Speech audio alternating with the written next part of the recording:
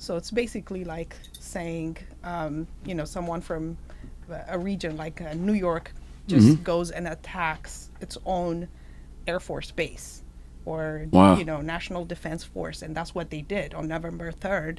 They attacked the National Defense Force of Ethiopia, which is located in the northern part of Tigray, and in the hopes of returning to power.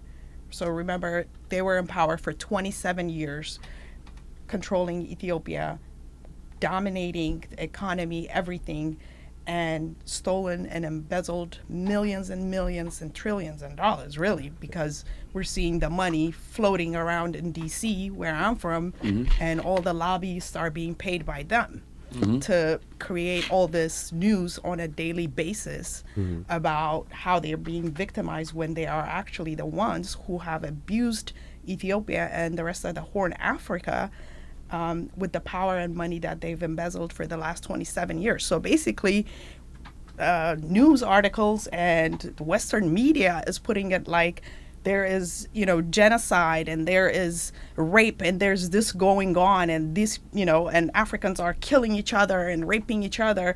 But that's not what it is. What we really need to understand and stand up for just talk a little closer to the mic so we can hear is really understand and stand up for is it's dictators who are being supported by the Western powers to basically loot their own countries.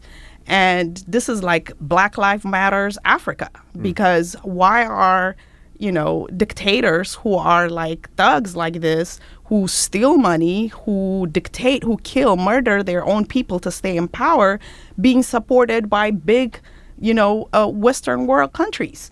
Why are they? Because they become the running dog for their errands because the people don't like them. Why is it not in the press as much? Because we don't see anybody talking about it, or nor do we see it, hear it, nowhere. So what you hear in the press is a lot of it is about victims, about people being killed or people being raped, the chaos that happens when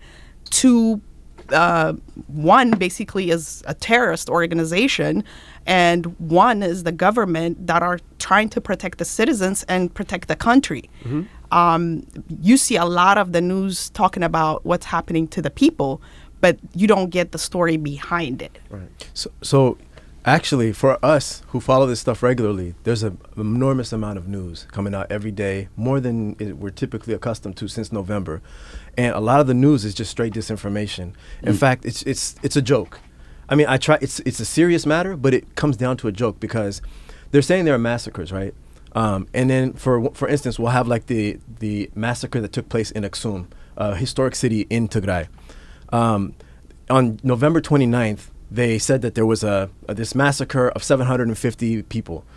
Ever since then, or the thing that they don't tell you is that the very next day, they had a huge festival that's broadcast live on national TV, where they're saying everything is great and all is well.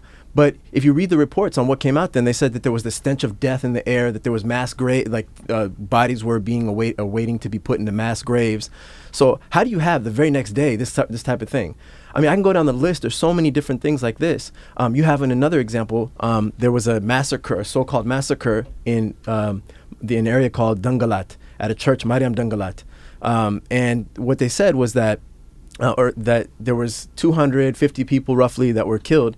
And you have on CNN journalist Nima Al-Bagher, who right now is leading an EU-US discussion on this issue to bring R2P to Eritrea, which is responsibility to protect and basically war on Eritrea and Ethiopia. She says she has the CNN video where they're testifying what actually happened, and there's this villager on camera.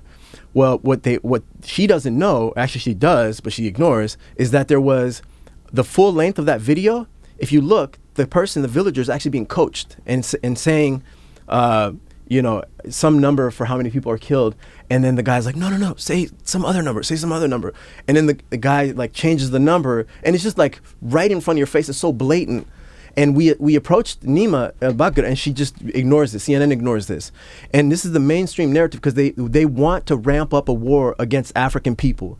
If you are about Pan-Africanism, if you believe in black people worldwide should be standing up and have dignity, self-respect, national sovereignty, if you want them to come together in an alliance that actually, where we can be proud as African peoples worldwide, you have to stand with Eritrea. You have to stand with the peoples in the Horn of Africa. You have to stand with Ethiopia and Somalia as well too. Somalia is rebuilding itself again.